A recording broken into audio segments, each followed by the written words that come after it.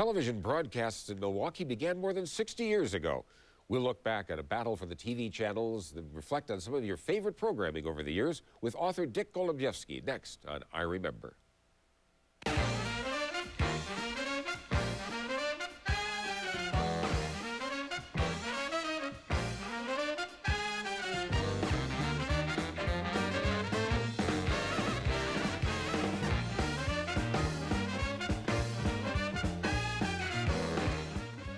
Hi, I'm Jim Peck. Welcome to I Remember. Joining me is Dick Golembiewski, author of a new book, Milwaukee Television History, The Analog Years. As television completes its move to a digital medium, it's a good time to reflect on how local broadcasting got its start and how much it's changed over the years. Take a look. In the early days of television, it was a thrill to gather around the small screen with your family. Department store displays had previewed what was to come. Many recall when Gordon Hinckley emceed a music show featuring Joe Schott and the Hot Shots. Bretta Green showed us what's new in the kitchen, and Merle Dusing's Safari led us on some exotic adventures. Wrestling and other sports were always popular. In the late 40s, WTMJ even featured Brewers minor league baseball from Borchert Field. For children, Foreman Tom was a big draw. Another local favorite was Mac the Mailman, played by Ward Chase. In the early days of WMVS, there was a variety show called Children's Fair. Teachers on romper room stations gave lessons on how to be a do-be instead of a don't-be. Barbara Becker hosted some lovable puppets on Cartoon Alley. The puppeteer was Jack Dublon, and the most famous was Albert the Alley Cat, who had a long run on the Channel 6 weather segments. Howard and Rosemary Gurnett hosted Dialing for Dollars on Channel 12. The Great Circus Parade first aired on Milwaukee Public Television in 1963. WMVS staff and students, including a young Bob Berry, also put together instructional programming. All local television was live until Channel 10 began using a recording device called a kinescope. And for years, stations had staff announcers read their copy live from the booth.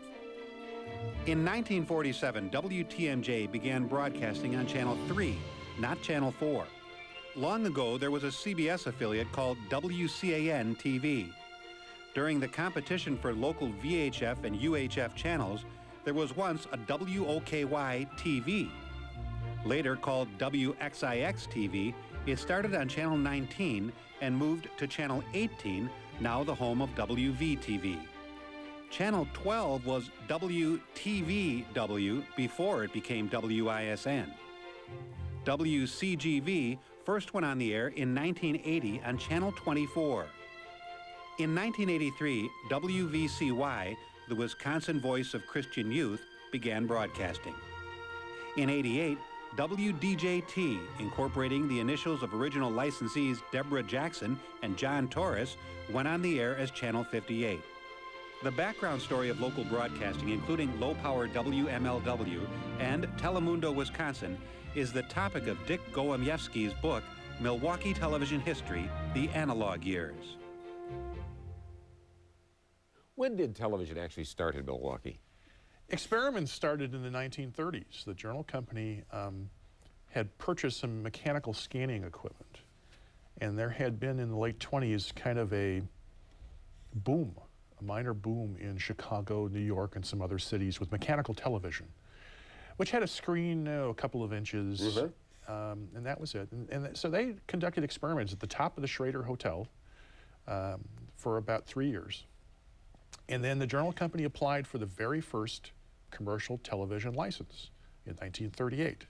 They didn't get it, but they continued, and they finally got an experimental license again in the early 40s, and then World War II put it all on hold, and then there were starts and stops with the Journal Company, and they finally went on the air on the 3rd of December, 1947. 1947. What were we seeing if we were sitting around watching television in 1947? You would have seen some interesting things. First of all, younger viewers might not relate to this, but the FCC required that stations broadcast 30 hours a week.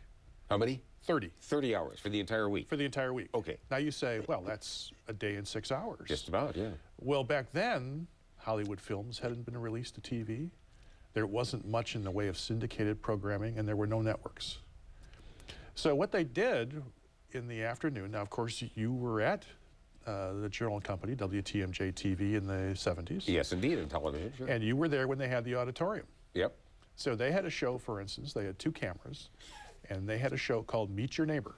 Now, I remember that title, but I don't remember the show. What was it? They would sit in the auditorium, and people would come to the auditorium, and they would interview them. Instead of man on the street, it was man in the auditorium, or woman. Who did the interviews? Do you remember? The staff announcers at the time, which might have been Bob Heiss or whoever was there, Larry Clark, a number of others. You used the phrase staff announcers. That's something that doesn't exist anymore. No. Tell us what was a staff announcer? A staff announcer, as you well know, because you were one. That's how I got in. Was someone who was a jack of all trades, or Jill of all trades, as appropriate. They might pull a stint in the booth.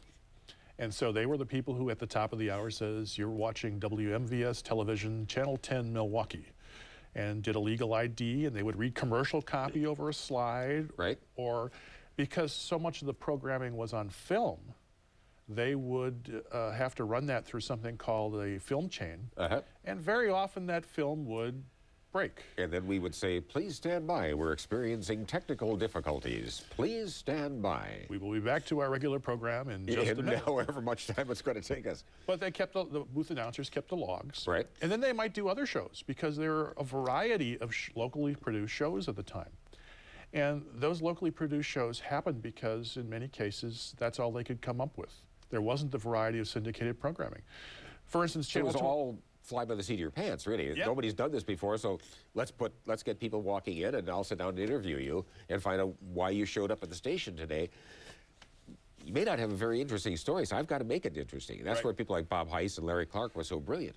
And what they would do is, even, for instance, late Sprague Lanier, who we just found out passed away on Halloween, told me that for a while at Channel 4, they would lock down a camera in front of a goldfish bowl, because they didn't want to turn the cameras off. They were tube cameras, and they took a while to warm up.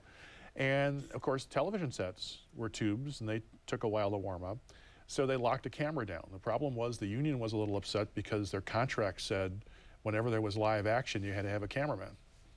And they didn't want to have a cameraman. The fish going around was live action. Fish was considered, Sure. they lost the suit. The union won because it was considered to be a live action. Oh, that's funny. I can remember walking around neighborhoods, because we didn't have a set.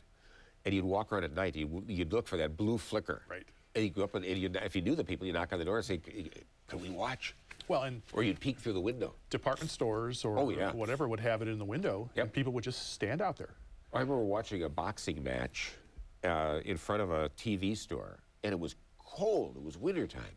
And I darn near got frozen, but I stood out there and watched this thing. Now, you couldn't hear any audio, but you could see it. The first color broadcast by NBC, well, it wasn't the first, but it was the first formal color broadcast by NBC, happened on January 1st, the Tournament of Roses parade in either 53 or 54. I need my book to find out what this was.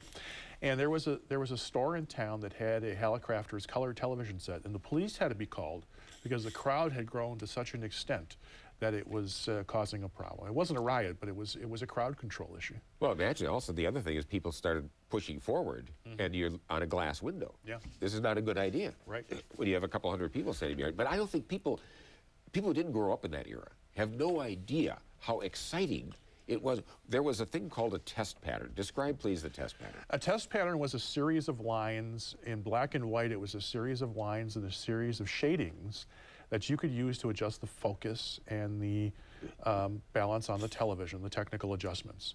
And they would put those up periodically throughout the day, very often for at least an hour or two before they went on the air. And, and back when we signed off, which they don't do anymore, I think only WVCY TV signs off now, they'd have it perhaps afterwards. And I would sit and watch it. My brother and I used to get up at 5:30 in the morning and watch the Channel 6 test pattern, driving my parents nuts because we would watch the test pattern that early in the morning. It was just, and people was, I mean, television was going to be the end of family life because it would stop all conversation and people would never be together again. Yeah. It was amazing. It was going to kill radio. Yeah. That was going to be the end of it. And it was a flash in the pan because it would never supplant movie theaters. And then eventually it was going to push movie theaters out of business. Which the theaters were seriously worried about. Oh, yeah. At the time. Yeah, and in fact, the theater owners threatened to boycott Hollywood studios who would release their films to television. Most people, I think nowadays, don't realize that the films weren't released to television, Hollywood films, until really the mid to late 50s. Before that, there were very few that were released. Let's go back a little bit again, because the early days fascinated me, and you had wonderful characters, and you had shows that, well, for example, here in Milwaukee, wrestling, or wrestling as it was called, was one of the most popular shows on television. This was way before the WW, whatever it is, SmackDown, all that stuff. It was popular for several reasons. Number one, you had these great characters. Professional wrestling and television were made for each other. The second night WTMJ was on the air, TV, they took the cameras from Meet Your Neighbor, had to break them down, put on some film programming, drive to the South Side Armory, which was on 6th and Lapham. That's it, the South Side Armory. Which was not an easy drive in the days before freeways. Now you just go down the freeway. There weren't any at the time.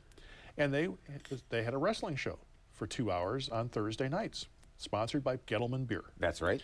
Professional wrestling and television were made for each other. Professional wrestling was dying throughout the country. Really? When television came on, they were looking for sports. They needed this programming. They had to be on 30 hours a week. So even then, though, they understood that sports would be a hook. Right. But wrestling was very important, or very good for them, because A, it was in a confined area. The cameras were very big. Sure. They needed a lot of light. So and you've got big rig lights. Big rig lights. And the action was choreographed by the wrestlers. Of course, they didn't say that at the time. Of course not. But it's always amazing that they always wound up done in time. The matches ended in time for the commercials, and they ended on time. So it was perfect for television. I remember Bob Heiss, whom I knew slightly when I was just starting out. And he was the broadcaster for a lot of those early wrestling shows. And he would do sound effects. Yeah. When they would be twisting, he'd have a thing that would go around. And people would send him hate mail. Dennis James started that on the Dumont Network. Really? He would go to a butcher, and he would get chicken bones. And so when someone had like a leg lock on someone, he would break the chicken bone. And so people around the country picked up on this. And wrestling just took off. It has really never died. It's had its ups and downs, but in one way, shape, or form, it and the roller derby, to a lesser extent, started with television from its very early days. Well, now it's huge. Talk about some of the local personalities. We talked about Bob Heiss. At some point, Gordon Hinckley hit town. I think it was in the 1880s, but I imagine somewhere around that. But he remembers those mechanical experiments, of course. Yes, exactly. But who were the other people on early television? Oh, I think one of the biggest, of course, was Bill Carlson. Ah, yes. And Bill Carlson was actually on the very first WTMJ radio broadcast in 1927. He was the leader of George Devine's Wisconsin Roof Orchestra.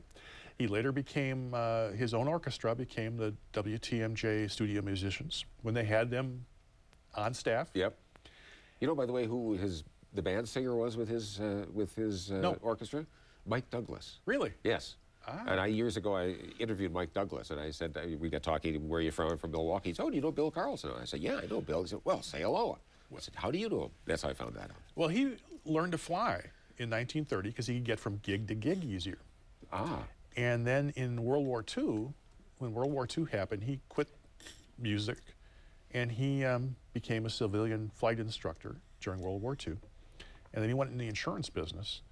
And George Comte, who you knew, who was head of radio and television for the Journal Company. I knew him well enough to call him by his first name, Mr. Yes. Mr. Comte. Yes, as long as you didn't call Walter Dam by his name. Yeah, we won't even go there. Yes. But George Comte called him and asked him if he knew someone who could do a weather show. And Bill apparently said, I can't think of anyone but myself. Yes. So he was uniquely qualified because as an aviator, he had to know weather. And he was also an entertainer. And at the time, WTMJ television had a monopoly on TV. All license applications had been frozen by the FCC. So he went off, he had a monopoly, and he just took off. In fact, as you well know, but our viewers may not, there was a time in the 1950s where he led the 10 p.m. newscast, weather-led. Oh, sure.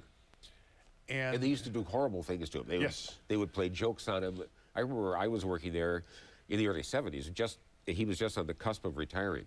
And one time he blew a weather forecast. Right. And it was a nice clear day. We got 8 inches of snow. And he came on, and it was that little insouciant way of his. He said, well, I guess that didn't come out too well. And we had snowballs, and we all let fly. And he loved it. Yeah. You could do anything to Bill on the air except compliment him. Yeah. Never wanted to be complimented. And butternut coffee commercials. Now, those were the days when we had live commercials. Oh, yeah. And those segments were sponsored. They weren't just spots. You bought the whole segment. Right. And butternut coffee stayed with him his entire run. And those guys would screw the cup down. Oh, yeah. Or they'd spike his coffee. Or they'd superheat it. Yeah. Because he would get up and he'd say, he'd take a drink. Well, it was scalding hot, and he'd have to... I remember one time they spiked his coffee with brandy or whatever. Yes. And I remember watching this one, and he said, if you could only smell what I'm smelling right now. But, you know, But all commercials were done live. Most, yeah. And I remember one with Judy Marks, who became an icon in this city, and just a wonderful, wonderful lady. And I can't remember what it was about. It has something to do with light bulbs. And all I can remember is Judy and light bulbs. I can't remember the rest of the commercial. When she was on WOKY TV, and I think this may have been before she became their weather girl. She was the weather girl for several stations. She did a commercial, live commercial for a mattress manufacturer. And she had this waffle iron thing where she would make this, and then she would say, this is so comfortable, and she would take a light bulb and put it between the mattress and the box spring. Then she would sit down on it and do the rest of the commercial, and at the end of the commercial, she would reach in, grab a light bulb, and say, see, that's how comfortable it is. The light bulb hasn't been broken. Now, you said the critical thing, grab a light bulb. A light bulb, because they had others in there. She told me that she never came out with a bloody hand, so yes. She was in pretty good shape there. But that was typical back-to-back live programming on most of the stations up through the early 70s. How did you become interested in the horror movies and the horror hosts? I was... I've often told this when I was on the old Reitman and Miller show, that Gene Miller, Gino Salomon, the producer, and I were all the Jack DeBlond generation. Because I was born in '57, and so when I was 3.5 years old, Jack DeBlond debuted on Cartoon Alley on Channel 6. So as kids, we would watch that show, amongst others, like Pop's Theater. And Jack was a man of a million voices. Man of a staff announcer. Yep. Who came to do this kids show. And then he also did a horror host show starting in 1964 as a character named Dr. Cadaverino. That's the Dr. Cadaverino. And as a teenager, we would watch this. And he would do things like destroy his set with these battles. I mean, what more entertainment could you want for a 12-year-old? And so I got interested in it and watched it as a teenager, and then it went off the air. And that kind of led me to what I'm doing now, because I was a professor at MSOE back in the mid-90s, and I discovered this magazine called Scary Monsters Magazine, and they had articles on the old horror hosts. And I said, well, maybe they're interested in one on Dr. Cadaverino. So I wrote the publisher, and he said yes. And of course, I said, how much does it pay? And he said, pay. I'll send you 10 issues. So I said, okay, fine. And I wrote to Channel 6 looking for some information. And they sent me some old clippings and a photo. And I said, wow, this is great. Let me write something up. And it just spiraled from there. And as I dug through more and more clippings in the library and other sources, I discovered all these stations that I didn't know existed. And then a friend of mine named Bob Schwarz said, you know, you need to do something on the old UHF stations. And he mentioned WCAN TV and WOKY TV. I didn't know they existed. And then I befriended, when I was living in Charlotte, I befriended the late Tom Snyder, right. who of course you knew. And Tom would call me talking about Lou Poller at WCAN TV and how he tried to get a job at every television station. And I said, okay, I need to do something. So in 2000, I started a website with all this information. And it's become the online source. I mean, the Milwaukee Public Library almost immediately cataloged it. And about 3 years ago, I said, you know, this needs to be a book. And had I known how much work it was going to be, I would have done it anyway. But it has been a wonderful, wonderful experience. It's just that you wouldn't have been looking forward to it. Yeah, the people I have met, the people I've talked to and interviewed, the things I've discovered. What are some of the things that surprised you? I think the biggest was just the battles. Milwaukee was in the UHF-VHF wars. Younger viewers are wondering what we're talking about because they're just channels to them. Yes. But at the time television came out after World War II, there was only VHF, and there were 13 channels. There really was a Channel 1 at one time. If you were lying awake at night wondering what happened to it, it disappeared in 1948. And they needed to expand television to make room for more channels. And they went to so-called UHF, ultra-high frequency. And when they did that, nobody wanted it. Right, because you couldn't pick up the signal easily. You couldn't pick up the signal, the tuners weren't very good, the transmitters didn't exist when they first started it. It was the sort of unwanted child. You only went to UHF if you had to. And what was really interesting was that in 1948, let me back up for a second, after WTMJ went on the air, radio stations started applying for channels here in Milwaukee. Which would make sense. They're the only people who do anything but broadcasting. Right. So there were 3 applicants for Channel 6. The 4 channels assigned in Milwaukee were 3. Which WTMJ was on Channel 3. Originally Channel 3. Channel 6, Channel 8, and Channel 10. That's all Milwaukee could get because of the proximity of Chicago. Because you have to be every other channel. Okay. In analog broadcasting. That changes, it's going to change on February 17th. So we had applicants for those stations. And after it all shook out in September of 1948, it looked like Channel 6 would be WEMP TV, Channel 8 would be WFOX TV, okay, the old Fox Club. Right, Bartell. And Channel 10 would be WISN TV.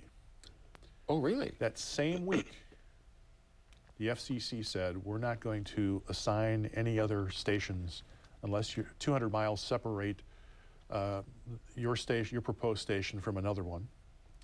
And 3 weeks later, they froze all applications. Why did they do that? They had, VHF was not sufficient to give every community in the United States a channel. In addition, color television had been invented, but it had been invented by CBS using a rotating color wheel. It was a wheel with blue, green, and red filters on it, and it had to spin in front of the camera, and it had to spin synchronized with the camera in the receiver. Wow. And they wanted high-definition television with color, and the only place to put that was the UHF band, which at that time was untested. So the FCC also then quietly compressed the distance between stations. And of course, when you do that, interference can occur, even with the handful of stations that were on the air. So they said, we need to study this. It was only supposed to take 6 months. It wound up going until 1952. It was a great break for WTMJ. It was, because they were on the air broadcasting. It certainly shows that Walter Dam had the vision to put that station on the air because they had a monopoly on television in the state. They were the only station in the state. Wow. The other big thing that happened was that there were no educational television reservations. And by that I mean the FCC in FM, and before that something called Apex Radio, which is a whole nother show, had reserved a certain number of frequencies for use by non-commercial educational broadcasters that had not occurred in television. Well, Harry Truman had called in Frieda Hennock, who was a FCC commissioner, and said, hey, we need to do this. And hearings were held, and when the FCC lifted the freeze, they had reserved a number of stations for educational use. Now, the funny thing there was, in Milwaukee, remember we had 4 VHF channels. Right. We almost had 3 more stations that came that close. When the freeze was lifted, Milwaukee was assigned channels 4, that was for WTMJ TV, who had to move, 10 and 12, those were VHF, and then UHF channels 19, 25, and 31. Channel 10 was reserved for educational use. Now that was a war. That was a huge battle. That battle was fought at the local, state, and national levels. Didn't Senator Joe McCarthy get involved in that? Joe McCarthy had been, well, let me back up for a second. At the local level, the Mayor Zeidler wanted to have it a municipally owned station. And the Common Council originally approved that, and then under pressure from the 3 radio stations who wanted those VHF channels, right, said no.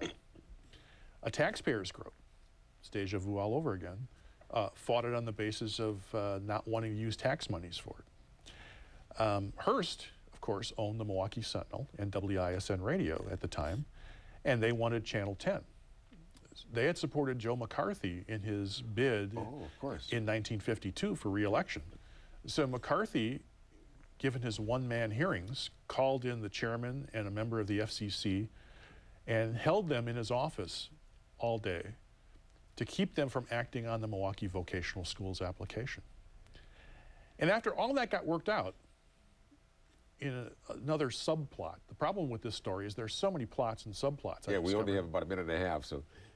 Is they got Channel 6 assigned to the area, and that killed off at least one UHF station. And then the state applied for Channel 10, and it took years for them to finally release that application so that this station could go on the air. Wow. So it went from Mayor Frank Seidler through Joe McCarthy to Harry Truman, back and forth to see who was going to end up with this very powerful station. They proposed it in 1951, and the station didn't go on the air until 1957. That's how much people wanted that VHF license and how much they did not want UHF. Channel 25, WCAN TV, most people have forgotten about. It's the tower atop the hotel downtown. Really? Now the Hilton used to be the Schrader. Right. That was actually an FM antenna that was supposed to be out in Hales Corners. They never erected it there. And they put that up for Channel 25, CBS affiliate, second station on the air in Milwaukee. Arguably the most successful UHF station in the country. Really? When Channel 6 was dropped in, it killed that idea. The station went off the air. And it took something like 25 years for another station to use that frequency. Wow. You couldn't give away a UHF frequency. Yeah. Just think if you had that now. Yeah. Where do we go wrong, Dick? It's going to get even worse because with this digital transition, ultimately, the distribution method is going to change. It's not going to be over the air through these antennas. It's going to be via the internet. It's incredible. It's a fascinating story. The history of Milwaukee television, the analog years. And come on back and we'll get into more of it. It'd be great fun. Dick Golembiewski, thanks for being with us. Thank you for being with us. I hope we will see you next time as we continue to remember. A pleasure.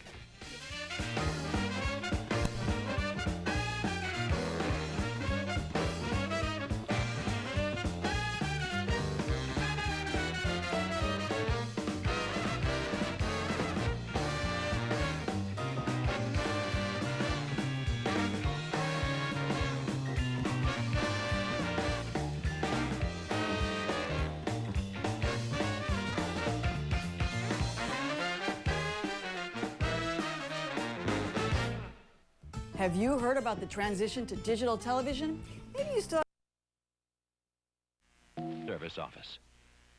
This is Telly Savalas. Here are some scenes from the next episode of Kojak. In its 12th precinct, signal